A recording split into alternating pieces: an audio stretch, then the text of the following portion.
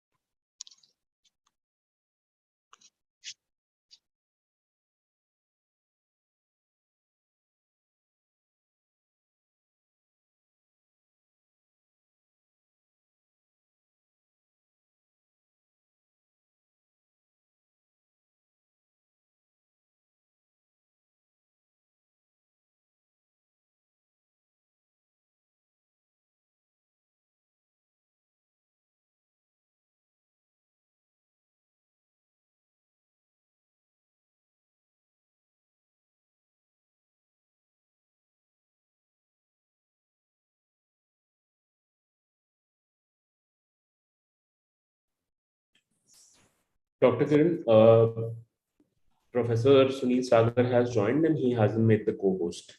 Okay, sir. Okay. Thank you. Good afternoon, sir. Good afternoon, ma'am.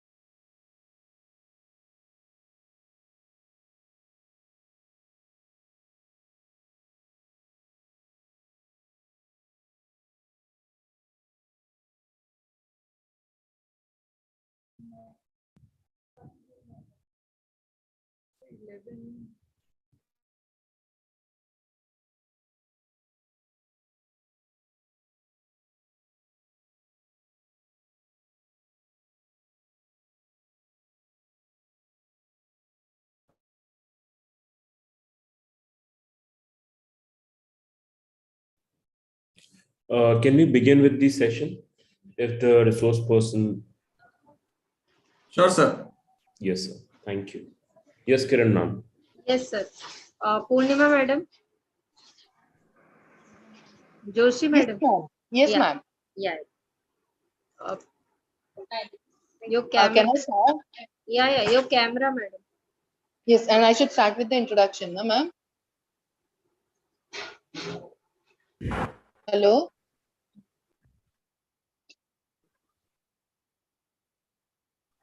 Joshi ma'am, just wait 1 second. Participants are joining. Just 1 minute. 1 minute. Okay, ma'am.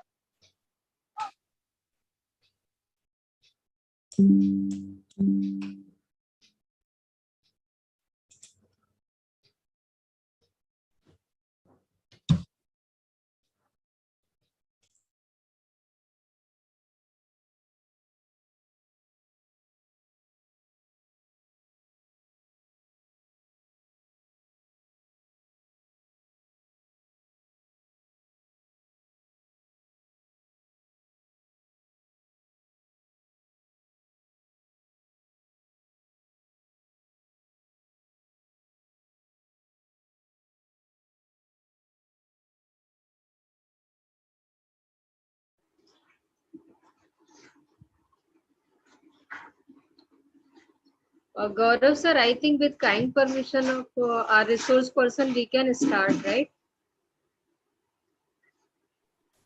We can start. Can we start, sir? Yes, ma'am, please. Sagar sir. Okay. Joshi ma'am. Joshi madam.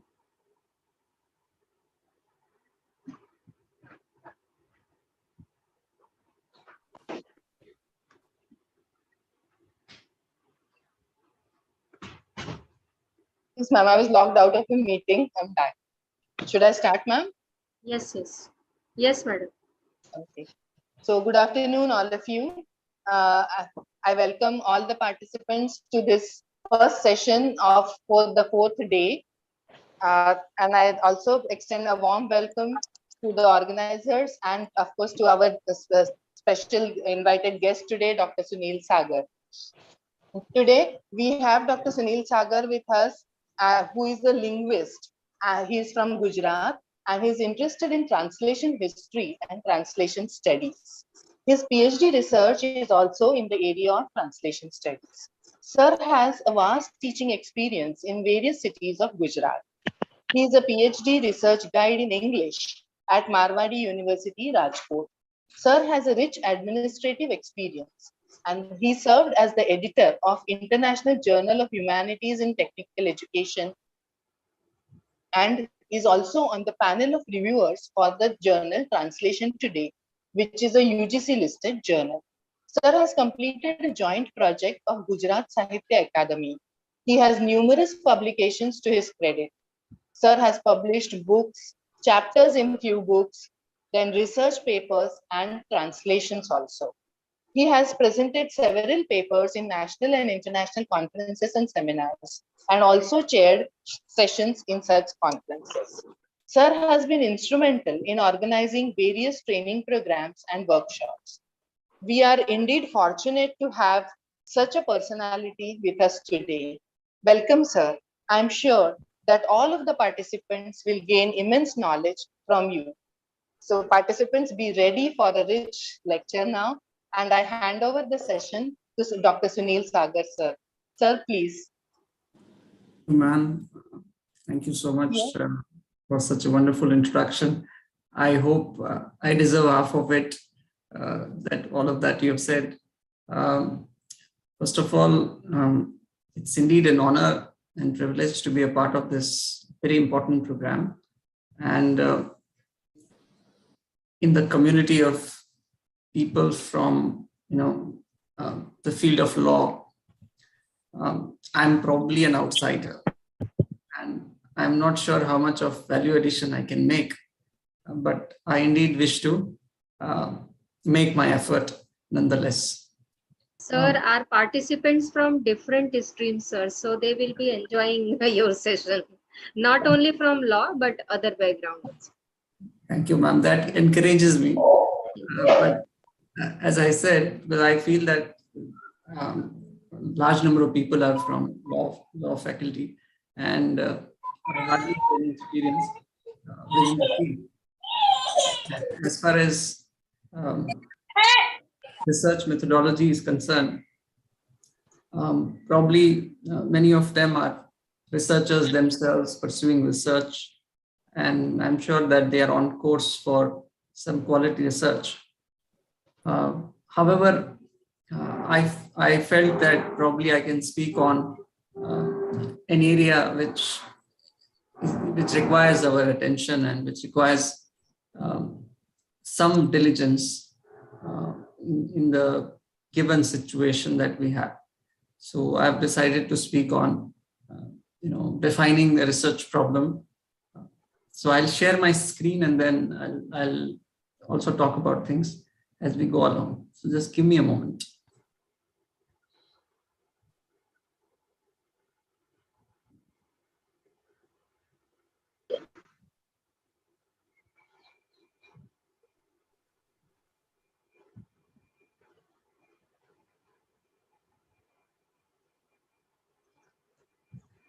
I hope the screen is visible. Yes, sir. Yes, sir. Visible. So before I go to the slides and talk about defining a research problem, I'll take a moment to discuss one or two concerns I have in front of the community of teachers and research scholars that have gathered here. Research is, in a way, one of the most noblest pursuits that we have. It is something that has pushed the humanity forward in all possible ways. However, we have seen some decline in terms of quality ever since it was linked to employability, jobs, and career advancement, and to API scores and appraisals and etc. etc. So in that context, we have to take a fresh look at why we do research, why do we take up certain kinds of topics for research, the way we do research, the way we publish, the way we go about our PhDs and publishing, and etc. etc. I think it's high time that we focus on quality and try and come up with topics and publications and etc., which actually break a new ground instead of repeating either ourselves or others. So in this backdrop, I feel that defining a research problem happens to be one of those areas where we could probably start and give it a fresh impetus for quality. So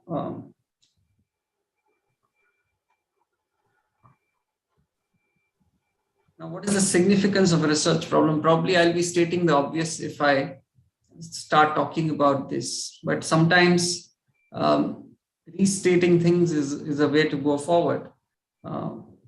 It's necessary that we reinforce the objectives and the significance of research and the research problem and the process that we should be following. And particularly in identifying research topics and research areas, my little observation or experience tells me that we have been taking, liberty with how we should be doing that. And the due process has not really been followed in many cases. So, which is why I feel that we should take a fresh look at this. The reason why defining a research problem is so important is because it is integral, or it is interwoven with the objectives of research. Whatever you want to achieve at the end of it all is linked with how you define the research problem, which is why I feel that this is one of the areas where we should do more brainstorming, and we should come up with more robust processes, and we should do more workshops on topics like this. And the reason why Dr. S.K. Bose.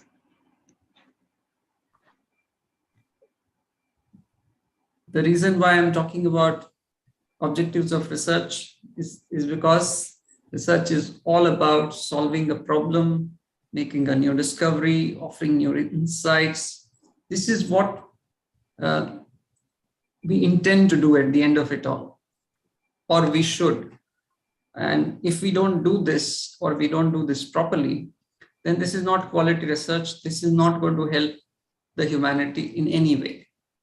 If research does not make a value addition in terms of solving a problem, making a discovery, or giving new insights on an existing phenomenon, then it's not research at all.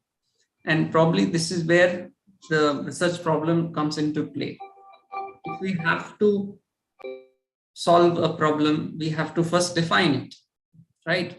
If we have to make a new discovery, we have to find out gaps, find out research areas where fresh work needs to be done, which is why research problem is so significant.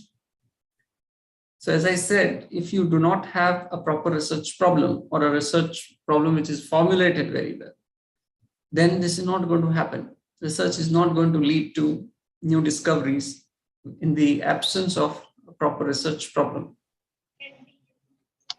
And as I mentioned, that it is one of the neglected areas of research methodology.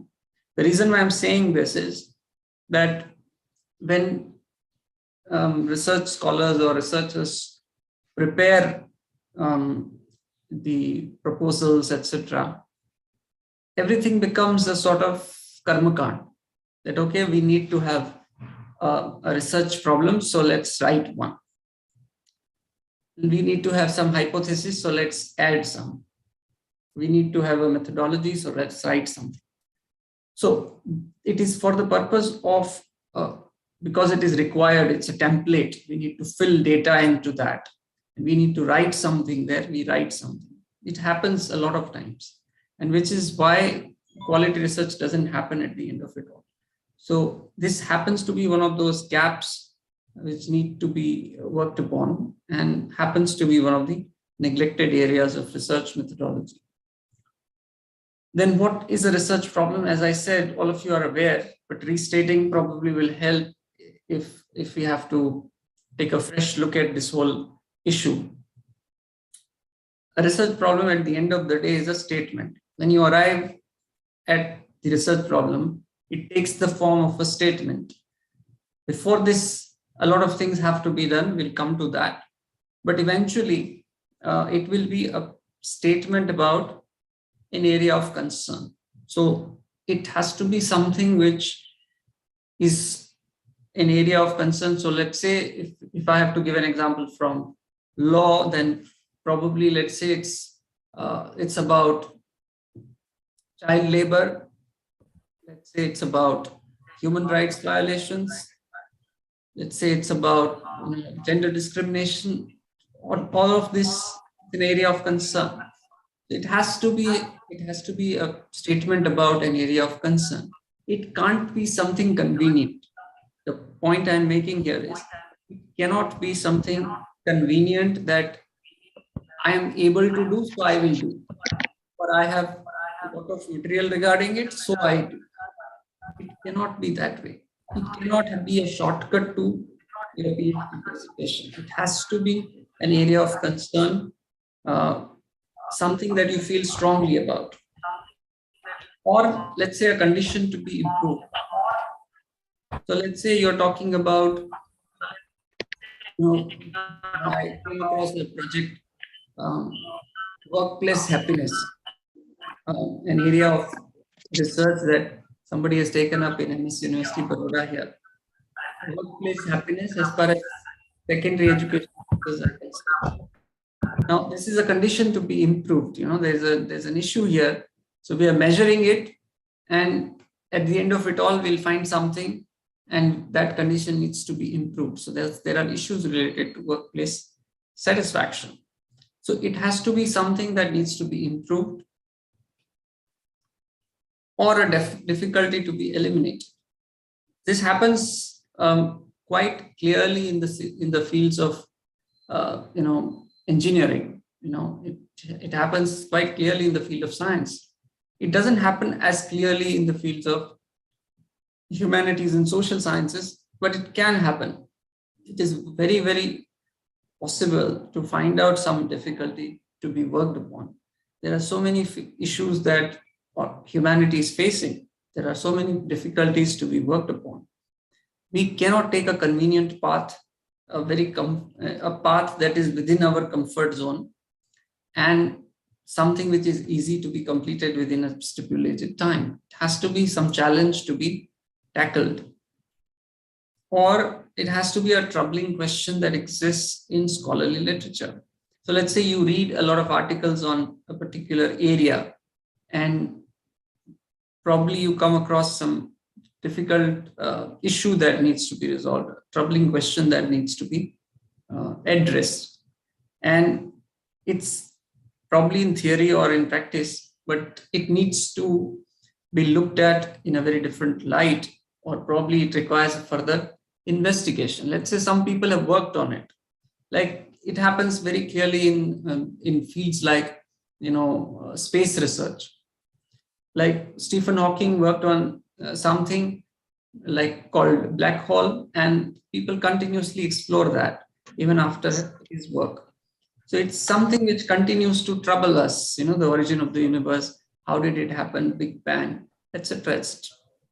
Now, as clearly as that, we have yet to come across troubling questions that we face in humanities and social sciences. But we need to create a system of research proposal and approval of research and promotion of research and celebration of research in a way that we encourage young minds to take up troubling questions, to take up burning issues for research and substantiate their views with data and insights. So research problem is about, in short, about either a concern or a condition to be improved, a difficulty to be resolved, or a problem that exists in the scholarly literature which requires further investigation. In some social science disciplines, the research problem is typically posted in the form of a question. So sometimes the research problem is formulated in the form of a question. It doesn't necessarily be a statement, but a question. So this is also something to be taken care of or taken note of. Now, purpose of research problem. Why do we need a research problem in the first place? We need a research problem because this will introduce the reader to the importance of the topic studied. We are doing research which we expect or we hope that people will read, and it will probably enlighten many more minds with the work that you have done. And eventually there is a reader waiting for our research to unravel itself. And when that happens, the research problem is actually supposed to convey the importance of the topic to the reader. A lot of times I have seen in my brief career, this doesn't happen. The research problem does not convey the importance or the topic itself. It is a vague statement most of the times, not really conveying either the importance or anything at all regarding the topic at times. The reader is supposed to be oriented to the significance of the study and the research questions or hypothesis to follow. Now, how will this happen? If we do not have a research problem that is very clearly articulated, which is very meticulously formulated. And for all of this to happen, you need a proper research problem. Now, this statement that we were talking about, it places the problem into the context, into a particular context that defines the parameters of what is to be investigated. Now, when we take up a research pursuit, the better, or let's say if it is articulated properly or it's formulated properly, it will provide very clear parameters within which the investigation will take place. If it's a poor research problem, it will have very poor parameters within which it will be investigated. So The moment you say, I'm working on something, that something is actually supposed to be a research problem, which is very clearly defined. Otherwise, the research can become vague. It can become unwieldy. It can go out of your hand because you've made it unlimited in terms of its scope. So all this can happen if you do not take care of how you define and formulate the research problem. And when you take up research problems in this way, it is supposed to provide the framework for reporting the results and indicates what is probably necessary to conduct the study and explain how the findings will present this information. So the moment you formulate the research problem, it will also formulate the framework. It will also define the framework of how the results will be reported, or how probably the survey will happen, the study will happen, how the findings will be presented. So it's absolutely imperative that we phrase the language of the research problem in such a way that there is no loophole left. There is no room for ambiguity. There is absolutely no reason for the reader to be confused as to what exactly is expected at the end of this particular research. Now this comes, so you can formulate a proper research problem if you select the right kind of research problem, if you arrive at something which is important or clear. Now this is where the problem lies. Problem lies in a sort of a rat race for topics, in a sort of a blind chase of gold mine of topics, which probably a research supervisor is dishing out. Because we feel that so-and-so research supervisor is working on this, or our mentor is working on this, or some researcher that we admire is working on this. So we end up taking up that subject, or we end up taking up subject which is already overdone. People have already worked on this and we are still following the same thing. Or we take up topics which will not lead to any value addition at the end of it all. It's quite possible. So there are various issues related to subjects which are selected. So I'm reminded of a particular movie scene which is based on the life of Stephen Hawking. The title of the film is The Theory of Everything, where Stephen Hawking, who is developing the science of motor neuron disease, is not able to walk properly. He walks up to, he reaches the office of his supervisor, and then his supervisor asks him, have you selected the topic? Have you finalized the topic you're going to work on for your PhD? He says yes. And his supervisor asks him, what is it? So he says, I'm going to work on time. Imagine the topic that he took up. Topic that people have not worked on. People have not researched enough. People do not have enough evidence to explain it, the phenomenon of time. So he took up something which was clearly a road less traveled. But in the case of selection of research problem, we happen to end up in a rat race where topics are being overdone. Another issue which plagues quality research is controversial subjects. So there are certain kind of researchers who wish to work upon highly controversial subjects. Now, this is an issue not in itself. I'm not suggesting that we should not take up controversial subjects. But problem is that we need the skills to handle something sensitive, something which has implications. We should not be communicating findings which can probably create unnecessary divisions in the society, hurt the sentiments of a particular community, or misguide society at large, which can very easily happen if we take up topics which are controversial in nature, and if it gets out of hand. If we cannot do it well, then controversial subjects can actually end up doing disservice to society and humanity.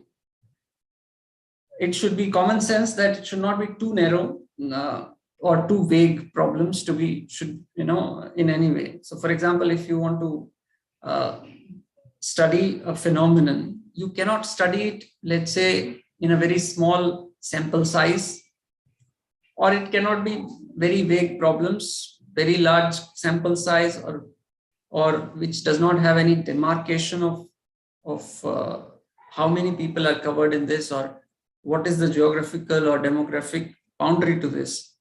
So that should be avoided. And that way, the subject selected for research should be familiar and feasible, so that the related research material or sources of research are within one's reach. So one should know one's reach. Problem is we end up at times doing something very ambitious, which is good. One should do something ambitious, but within one's reach. We should know how much we can tackle, how much we can handle, and only accordingly we should take up research, so that we are able to complete that in time, we are able to handle it properly.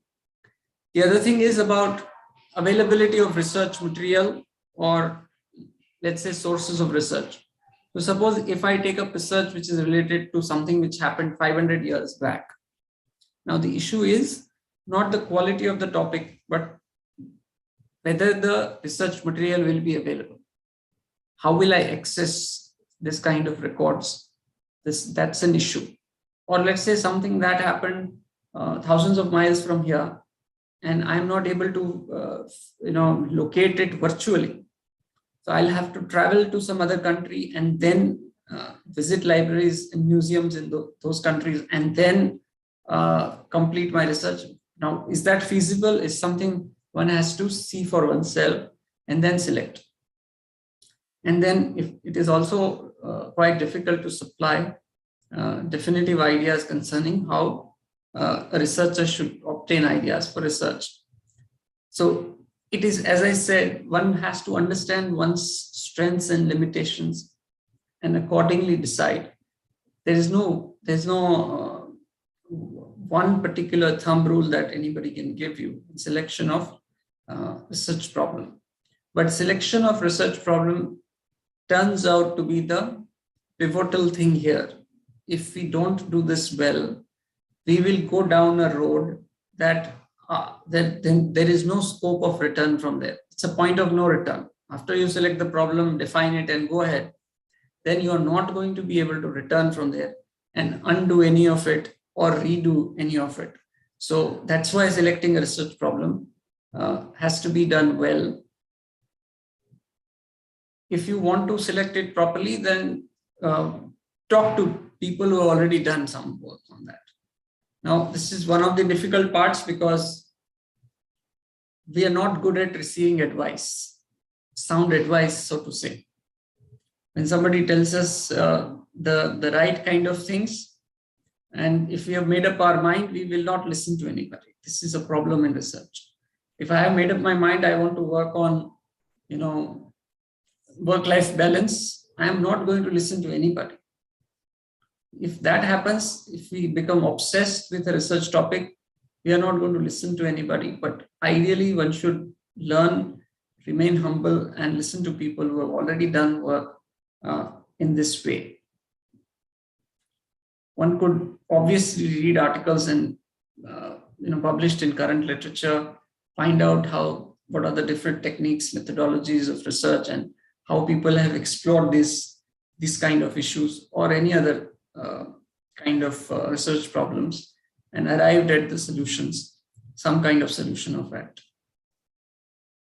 One may also discuss what one has in mind and find out people's ideas on this. As I said, talk to people, not just your teachers, but your mentors, your fellow researchers, people who are working in different institutions.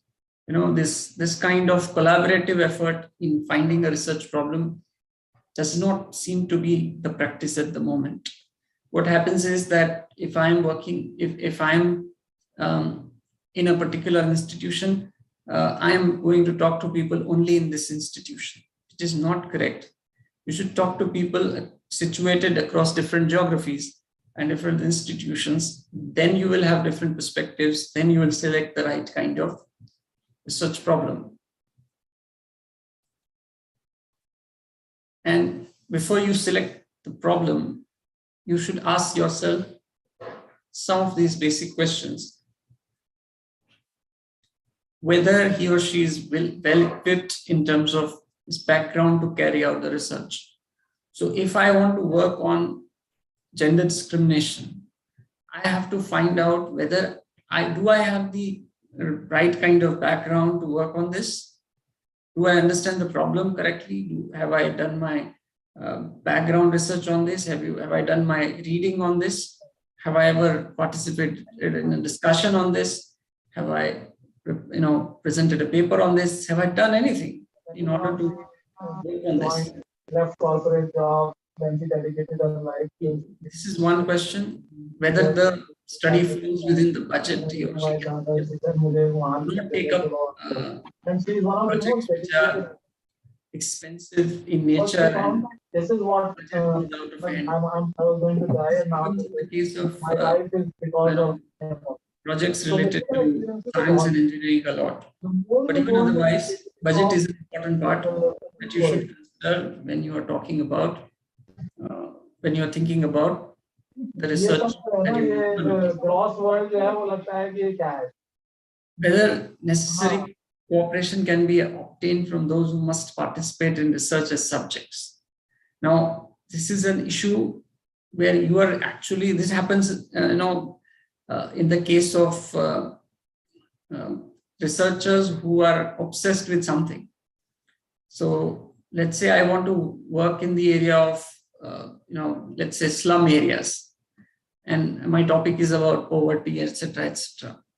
Now, am I sure whether the subjects will actually participate or will actually, give their inputs, or in any way they will be able to contribute to the findings? So if I'm not sure, I can give you other examples, but I want to refrain giving examples from other things. Point is that you have to be sure when you select a class of people or subjects from whom you're going to get the details or the data or the information. You have to be sure whether you will be able to get the necessary cooperation from them or not. If you're not going to be able to do that, you have to think about something else. You have to rethink your topic. And you should be willing to reconsider your topic or area if you're not duly satisfied about the necessary cooperation. Now, I will come to the basic steps in formulating a research problem. The first is identify the broad study area.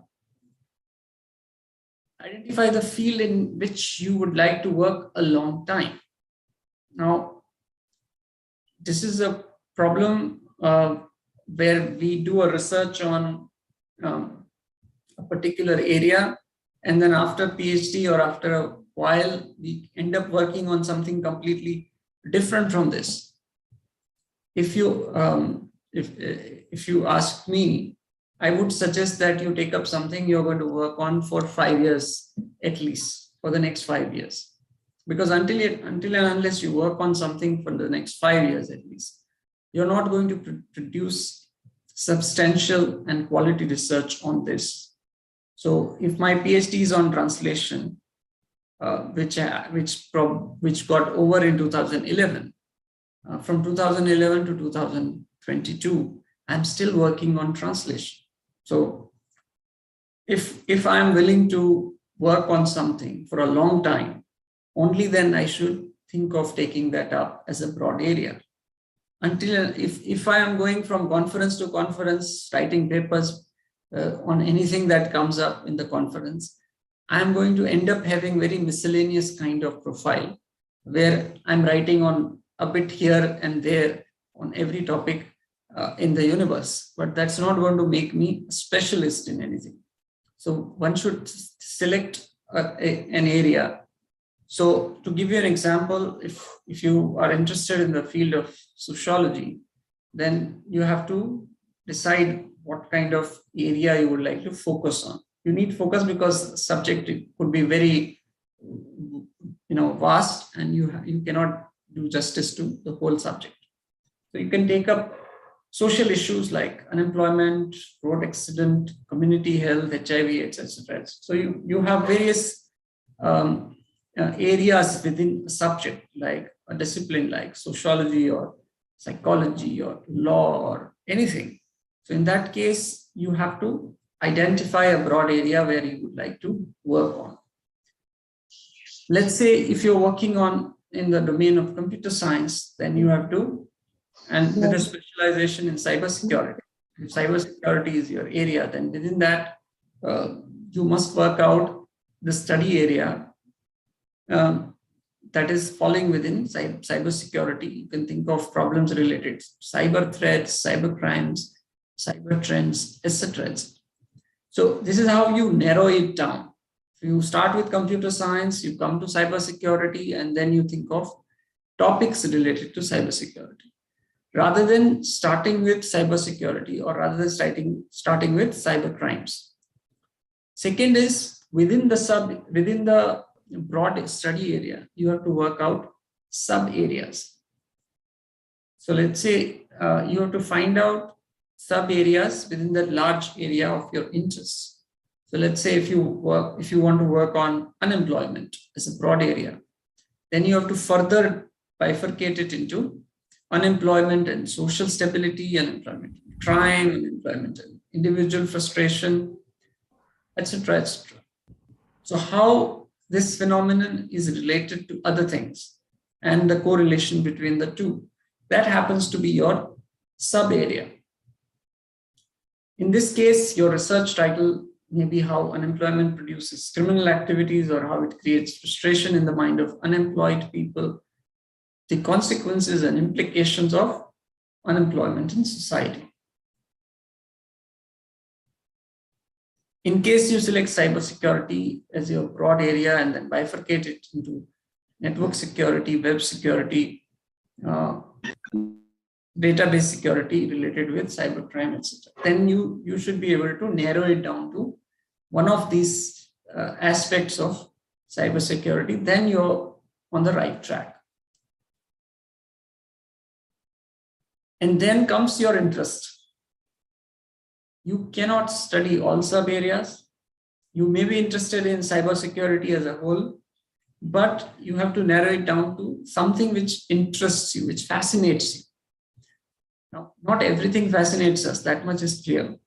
It has to be something which is an area of interest, not just, so again, I'm reiterating at the peril of repetition, I'm saying this, do not take up something simply because it is fashionable today to work on cyber threats, or it's fashionable to work on gender discrimination. It's fashionable to work on a topic which many people are pursuing. Don't do that, because you will end up doing something which you do not like, which does not fascinate you. It's only that you are following this is herd mentality. You're following the crowd. If you do that, quality research is not going to happen, because quality research happens in the area which interests you. So the topic has to be a topic of your interest. So narrow it down to not something which is fashionable today, but which is something that interests you. Select issues that resonate with you. So as I said, if you're interested in gender discrimination, if you're interested in how network security works, how unemployment destroys societies, young societies like India, if that is something which is of your interest, then take up issues of that sort, irrespective of what is the trend today. Trends continue to change, please remember that. Interest is the key, because if you lose interest, your research may not move forward at all. So we know many people who are doing their PhD for 3 years, 5 years, 6 years. So they are not able to complete it. They keep writing, starting their papers, not completing their papers. So that becomes a very unpleasant exercise. And in the end, we will have research that is irrelevant or ineffective. Now, statement of the problem in a general way. Once you clear all these things, please remember that you cannot state the problem without doing the due diligence before. If you cannot do that background research, you cannot actually state the problem at all. So you will have to put it in a tentative first draft in some specific problem that needs to be solved. You have to put it in a very general way, whatever comes to your mind. It's a first draft that will always be revised later. So as I said, it will only be a first draft, and it is going to be something which further study or survey will revise it further or fine tune it further.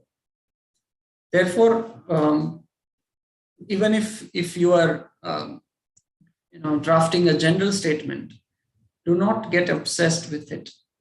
Do not fixate that, okay, this is what I'm going to work on now, I'm not going to change it, etc., etc.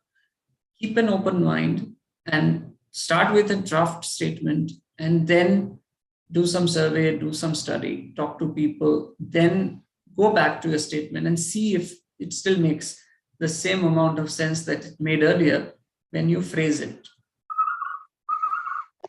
And as I said, keep the provision to revise and fine tune it. Understanding the nature of the problem. So if you're working on unemployment, then you have to go to the roots of it and then use that in order to state your problem. So in formulating the research problem, you have to go into the origin and nature of the problem. So if it is unemployment, if it is human rights, if it is anything else, you have to go into the original nature of the problem. Discuss it, as I said, with those who have an understanding of this sort. The research should also bear in mind the environment in which the problem is to be studied. Now, this is another factor that needs to be taken into consideration while formulating and stating the research problem. When you select the environment, like if you are doing this research, let's say if you're doing on human rights violations, if you're doing that in India, that environment is different. If you're doing the same research in some country in Europe, the environment is different. So it's the environment you have to keep in mind where the problem is going to be studied. Surveying all available literature. Now, this is one more karmakand that researchers do and don't do it well at times. We don't survey all the available literature, and we don't read enough. We don't do our survey of related literature as well as we should, because then it will tell us the gaps. It will tell us where the current research stands and what we can do. But however, this is a problem. As I said, I remember, I'll cite a first-hand experience. I was part of a research presentation, and some research scholar was talking about a particular poet and saying that this poet has never been studied from this particular perspective. So there's a whole chapter that he was to write on this. So he went on and on and on that this poet has never been studied from that particular point of view. Now, I was not ready to believe that such a thing exists, that the poet has not been studied from that point of view. So while he was making the presentation, all I did was I went to Shodh Ganga. You know Shodh Ganga very well. It is a repository of theses and dissertations. I looked for a dissertation on that poet. As it turns out, there is a whole dissertation on the study of that poet from the point of view that this research scholar was saying has never been studied. Not just one, I could find others. So I shared it with him and I asked him if he has done proper literature review. It is one of those things which we don't do in humanities and social sciences as well. Now, you cannot afford to do this in science and engineering because you cannot reinvent the same things in science and engineering. You cannot work on things people have already worked on. So that's a luxury we are able to afford. But trust me, we are doing disservice by not doing the proper survey of available literature. Spend enough time on research already carried out on the problem so that you know that, okay, this much work has already been done and this much still remains to be done, or this much is a gap area, or this has not been explored, or it can be explored from a different theoretical framework. So that is something which is possible only if you can, focus on the survey of related literature.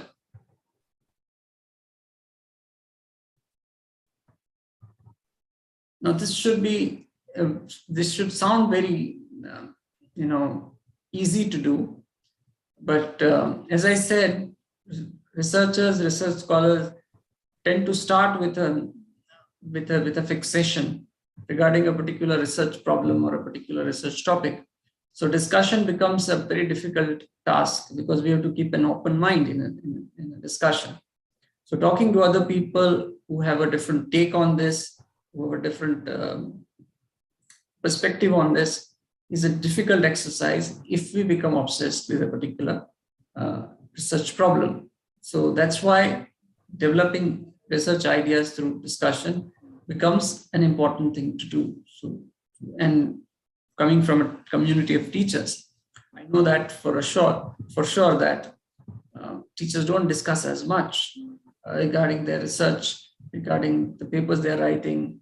We need to break down the silos and create more discussion and dialogue on research that we are doing, particularly the research we are doing. So it would be great if we could create that kind of a culture of discussion and dialogue. Then it will help us get more clarity about different aspects of this topic. Now, rephrasing the research problem. So if you can recall, I talked about a tentative first draft, then you do all this, and then you go back to the first draft.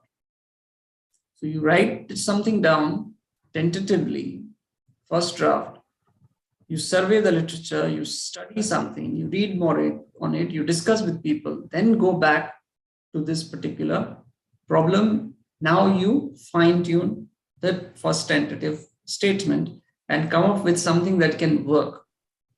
It has to be something that can pass the muster. It has to be something that is acceptable within the research community. So the effort should be to state the problem in as clear terms as possible.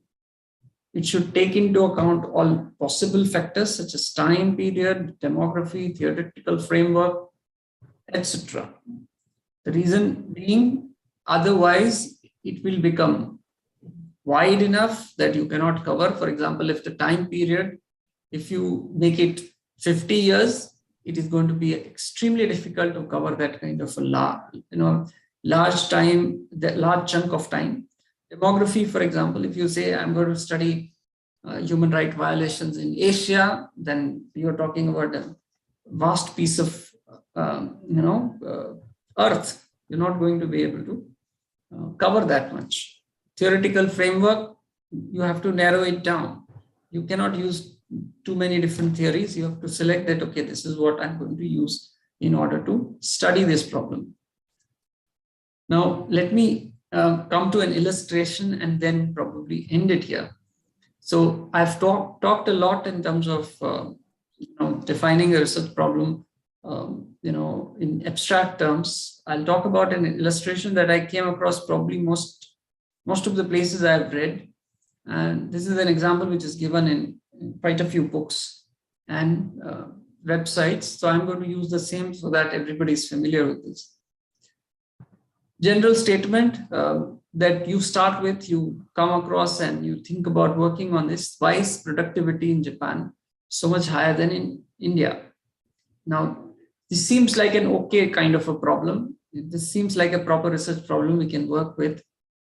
Now, in this form, the question has a number of ambiguities, such as what sort of productivity that we are talking about. It doesn't state that. With what industries the same is related. So productivity in which industry? All industries? In a particular kind of industries? That we have to keep that in mind. So that is an ambiguity. What kind of time period we are talking about? For all thousands of years that we have existed, Japan and India, that they have been, more productive than us? Or is there a particular time period you want to study? So in all these ambiguities, the statement is actually too generic and it cannot be worked upon. This cannot be accepted as a research problem. So then what do we do? So then rethinking and discussing and all that, we can narrow it down. What factors were responsible for the higher labor productivity of Japan's manufacturing industries during the decade 1971 to 1980 relative to India's manufacturing industries? So as you can see, we are talking about labor productivity, so that ambiguity of what kind of productivity is resolved. Then which industry? Japan's manufacturing industry, so that problem is taken care of. Time period, that is 1 decade, right? And relative to India's manufacturing industry. So now it seems much more precise compared to what we had seen earlier. Now, this particular version of the problem is definitely an improvement, and ambiguities have been taken care of. And if you still further rethink and rephrase and brainstorm and do some survey and research and this and that, eventually you can still have a better, crisper statement of the problem. To what extent did labor productivity in 1971 to 1980 in India exceed that of India with respect to 15 selected manufacturing industries? What factors were responsible for the productivity between the two countries by industries? So as you can see, now we're talking about 15 selected manufacturing industries. Now we are not talking about manufacturing industries as a whole, because this is still very vast universe. Manufacturing is still a very large area. So now we are talking about 15 selected industries. And also we are talking about productivity differentials rather than starting with a hypothesis that it is higher or this or that. And then it makes it a statement that probably makes much more sense and is doable in terms of actually carrying out research and submitting the thesis or writing a paper or whatever you wish to do on this. Does it read better now? This is a question that I think is a good question to rest my case with. So thank you very much for allowing me an opportunity to interact with, to speak to this community of teachers and research scholars, where I can share my concerns regarding research problem, etc. So this is all from my side. We can take some questions if there are any. Yeah, participants, question please.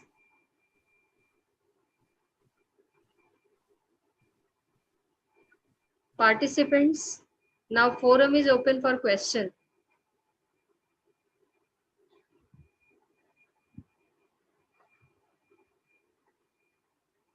Things whether they can unmute.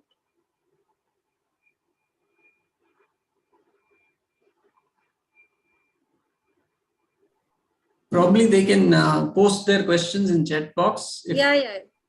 That is that better. can be done.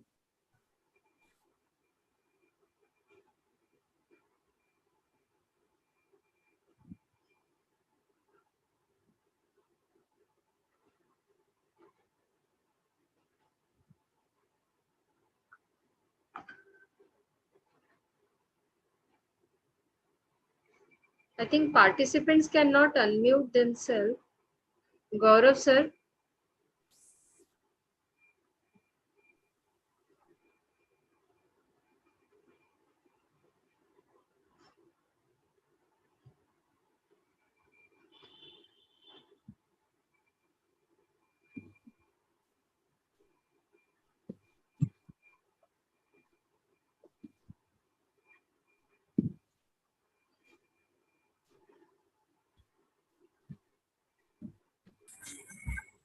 Yeah, Arif. Any Yes, question? yes. Yeah. Hello. Yes, yes, you can ask. Sorry, ma'am, no question.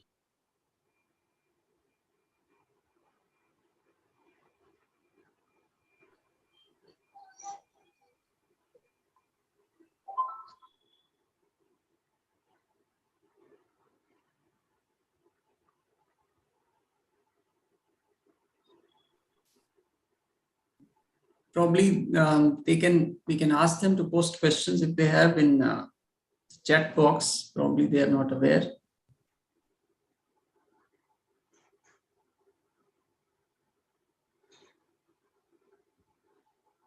Santani sir, whether you can unmute yourself, just check.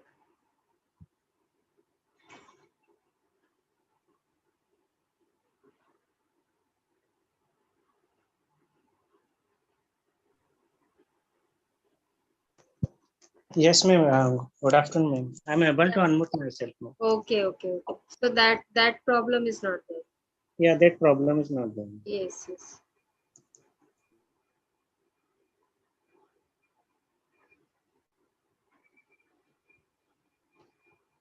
Participants, do you want to ask any question? Sir is waiting for that.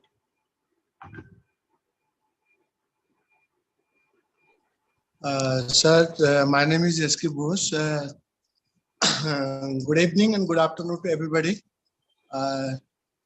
Thank you so much for refreshing our memory lane about the research, and you have given a different perspective. Definitely, I'll take a lot of takeaways. Having said that, I have only one or two queries. First of all, I would like to know, I have been hearing many experts there in these lectures. I want to have a little bit of understanding about the research problem and research questions and then hypothesis. Can you please elaborate it, what all things to be kept in mind when you go for research questions or research problem? And then also hypothesis. What actually the relationship between research questions, research problem, and hypothesis? Actually, sir, it's a very good question. Thing is that it is all interconnected. You need a research problem for all these things to happen. You need research questions, you need research problem, after which you can have a hypothesis. You can have a series of hypotheses. So if the research problem is, if I take the example of, the Japanese industry is being, more productive than India. If this becomes my research problem, then I will have a series of questions that I have probably come across. That why is, for example, why is India having a certain kind of GDP or income or per capita income or etc. etc. Why is it all happening? Somewhere it is all related to the higher productivity somewhere in these countries. So my hypothesis would be that I will have a series of hypotheses based on this research problem. So I will formulate them based on the clarity about the research problem. So the reason why I took this up is because that if you do not frame the research problem correctly, or if you do not select the right kind of area or sub area, if you do not take it up based on your interest or your reading or your background, then you will have problems everywhere. Then you will have issues in terms of formulating research questions and then whatever hypothesis which will follow.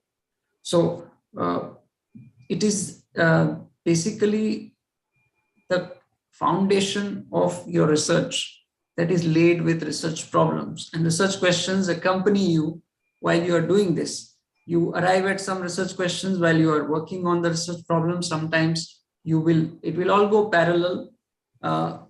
Hypothesis would come in a way that you formulate your research problem. So it is all interlinked in this way. Thank you so much. Thank you so much.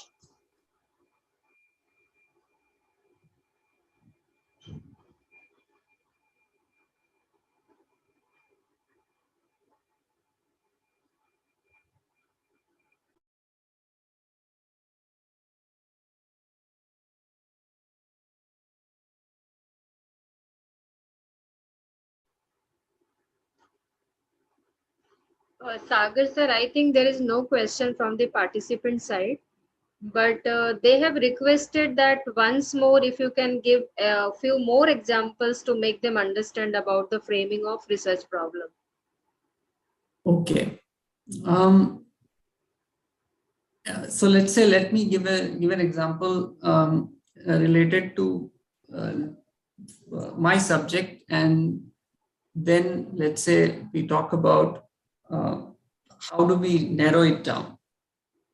So for example, everybody probably has heard of the playwright called Shakespeare. Suppose if I'm a researcher or I'm a research scholar, I want to work on Shakespeare. This is something I start with. So I want to work on, it happens like this. People start with this assumption or with this liking or this particular thing. Problem is arriving at a research problem that can work on the ground. Now, I can say, okay, Shakespeare's comedies. I want to work on Shakespeare's comedies. So I have further narrowed it down. Or say I want to work on Shakespeare's tragedies, tragedy plays. Or then I further narrow it down to the portrayal of women characters in tragedies. Then if I can narrow it down to the, feminist perspective on Shakespeare's heroines, women characters. So issue is, how do I narrow it down in a way that is going to make a value addition that nobody has worked on this so far. So suppose if I want to work on Shakespeare's women characters, I have to check first whether research has happened on this or not. So this is one issue. Second issue is Shakespeare is already overdone. So as I said, we should not be taking up things which have already been done. But because I like Shakespeare, or it is fashionable to say I'm working on Shakespeare, it's prestigious to say I'm working on Shakespeare, so I'm going to work on it. It should not be that way. So these are the strategies we should adopt in order to arrive at an area. First, selection of the area is very important. It should not be something which is overdone. It should not be something vague, broad and generic. It has to be narrowed down to something, and it has to be studied that it has not been worked upon earlier, that it has to be a gap area in existing research, that not much work has happened on this. So we have to survey the existing literature and then take that up as a research problem, and then phrasing it. So language part. Now I hardly need to emphasize the language aspects of research problem to a community of people where a lot of them are from the field of law. You know that every word means something, specific in the field of law. So robbery is one thing and loot is another thing, theft is another thing.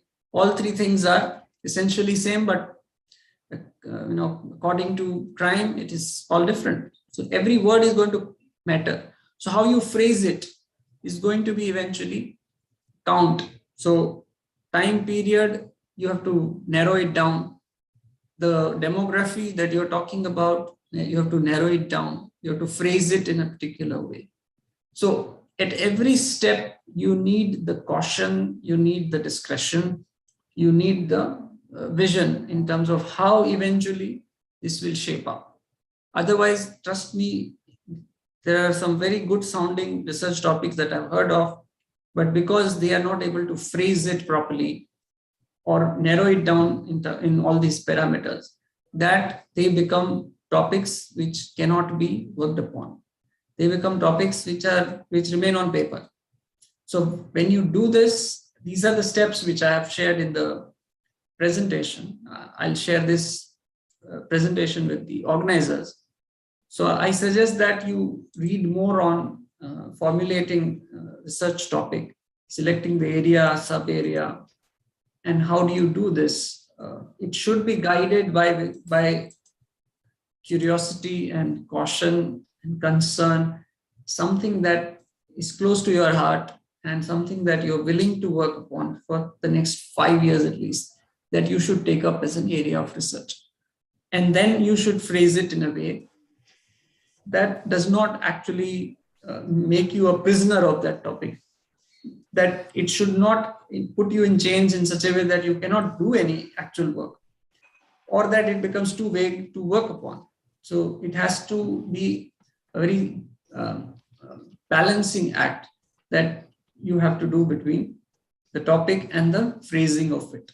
So I suggest that this is one thing that we improve upon as a community of teachers and research scholars that has been neglected a lot.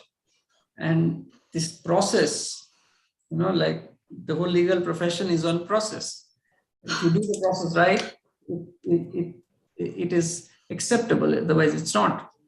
So in arriving at a research problem, in arriving at research questions, in arriving at hypotheses, that process has to be followed. It should not be something that we jump upon, simply because it struck me one day that I want to work on Shakespeare. Why, what, how, nothing matters. So it should not be that way. That's the whole point of this presentation, that you arrive at something because it's a gap area. You arrive at something because it resonates with you. It's an issue that you would like to contribute to. It's an issue that needs to be worked upon. And that's why you are doing it. That it's a gap area that nobody has worked on this. That's why you're working on this. So these are aspects which unfortunately are not taken care of in the research process. Unfortunately, research institutions, unfortunately, research advisory committees are not really effective in filtering out this kind of proposals which are not really properly designed. And these research proposals or research topics which have not been carefully thought about. So my humble submission is that select it using a process and define. So I guess that's all from me. Any other inputs?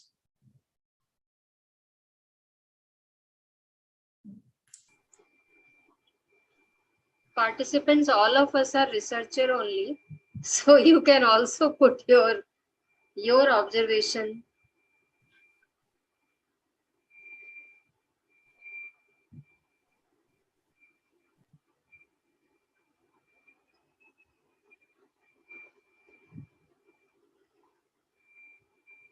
Sir, your lecture was excellent, sir. That's why I think there is no question. I think it's a favorable interpretation of this. Sir, can I ask a question, please? I'm sorry, I kept getting disconnected from your session. Vinita, there is some technical issue from your side. Just I'm not able to hear it. Can I ask a question? yeah, please. Hello? Yes. Yes. I'm sorry having a lot of problems today with my connectivity. So I wanted to ask a question that, once one starts off on a research project, and initially everything is going well, but suddenly in the middle of it, you begin to feel that you're not making sense, or that, the project is not going in the direction that uh, it should. I mean, in some clear-cut direction. What can one do to quickly, do some kind of damage control? And at what point can we realize that we need to go retrace our steps and maybe relook at things? Good question, and it brings me to another aspect of research which we need to strengthen, which is collaboration. Unfortunately, as I said, as teachers, we don't seem to be collaborating as much in terms of research. But we forget at times that every time Nobel Prizes are announced, why do you think they are announced, and they are conferred upon more than one person? At times there are 4 people who are given Nobel Prize in physics, working in 4 different countries or continents. The reason being they all work together to solve a problem. So they collaborate a lot more frequently and effectively than people in humanities and social sciences. So in sciences, this collaboration is much more.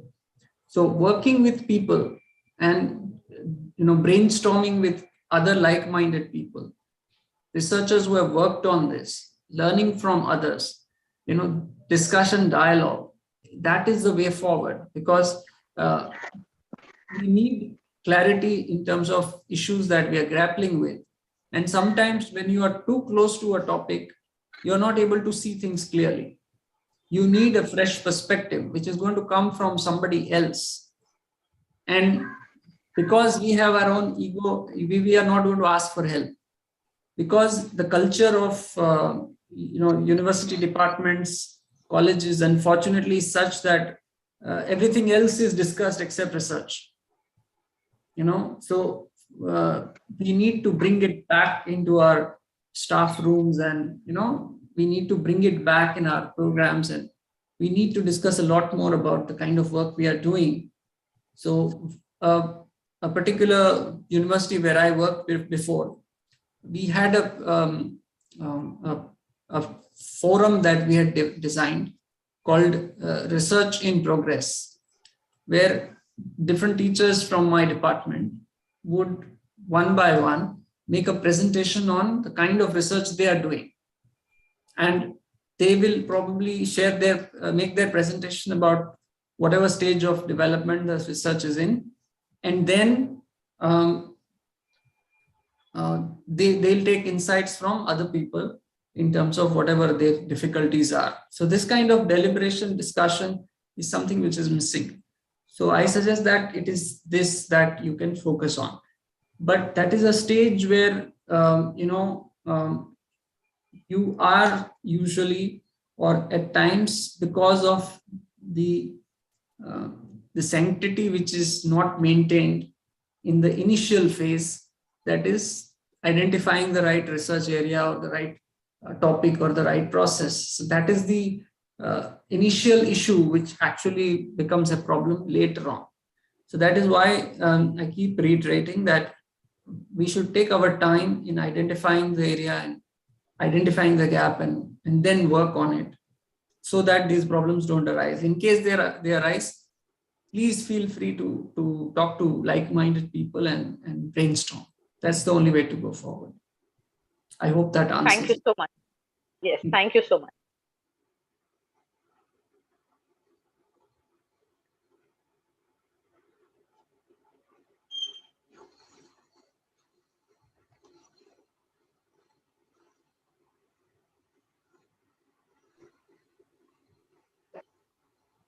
Gaurav sir, do you want to share something now?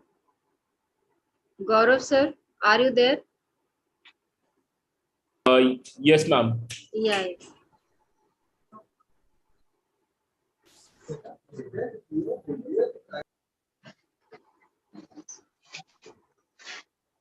So can we end this Yes. session and then Yes. after that? A very good afternoon, sir. This is Gaurav this side. Good afternoon. So thank you very much, sir, for your enlightening lecture. And today for the second session, we had Dr. Vimal Rar ma'am. Because of some unconditional situation at her residence, she could not join the session. We will be adding her lecture on my e-class itself. A recorded lecture will be uploaded on her behalf. So today we'll have only one session. From tomorrow, we'll be having 2 sessions. Sir, I think participants were having some question regarding to access of that your e-class. So they can ask right now, right? Yes, Participants. ma'am. I'll just solve it out. All the queries relating to my e-class. Namaskar, sir. Yes, I have tried repeatedly, but I'm unable to access the assignments. I logged out, I logged in again, but I still can't access the assignments, sir.